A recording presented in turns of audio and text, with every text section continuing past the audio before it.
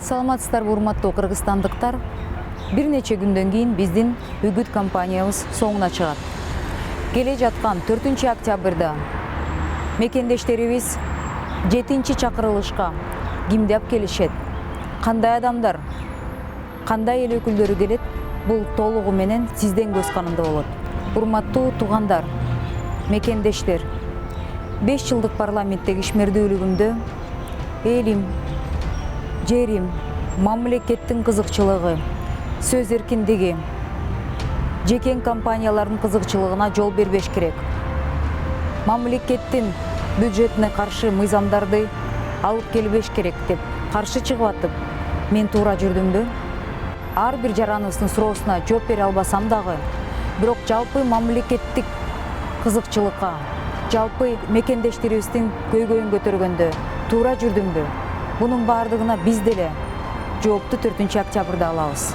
Урматтуу мекендештер, пандемия учурунда мен ишенем ар бирөөбүз чыныгы баатырлар ким экендигин, эл жөнүндө кам көргөн адамдар ким экенин, 600 миллиондук кредитти каяка сарпталып каяка кеткенин, азыркы учурдагы чыныгы баатырлар доктурлардын, мугалимдердин баркын баардыгыбыз түшүндүк окшойт. Бирок парламентте ошол кыйын, оор учурларда доктурларга, мугалимдерге, блокпостторду кайтарган милиционерлерге ким болушуп жүрдү? Укук коргоо органдары жарандарыбыздын оозун жаап, кечирим суратканда ким болушуп жүрдү? Туура эмес деп, элим, жерим, ооздорду жаппаш керек. Чыныгы демократиянын эң жогорку белгиси сөз эркиндиги деп парламентте 5 жыл биз туура жүрдүкпү? Эл буну барктап жүрөбү? Эл буга баа береби? Кандай баа берет деп 4 октябрды мен да күтүп жатам.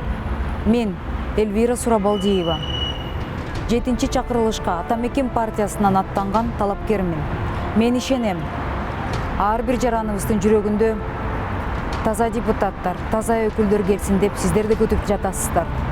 Мен ишенем, келе жаткан 5 жылга болбогон, мамлекеттен уурдалган, бюджеттин чөйрөтүнө жетпей калган ак каражаттарга алданбайсыздар.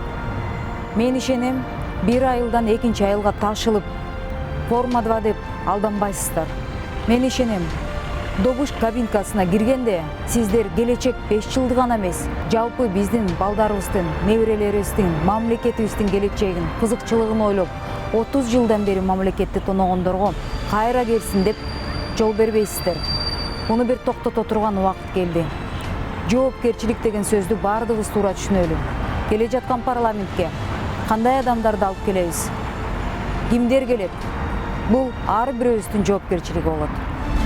Рахмат.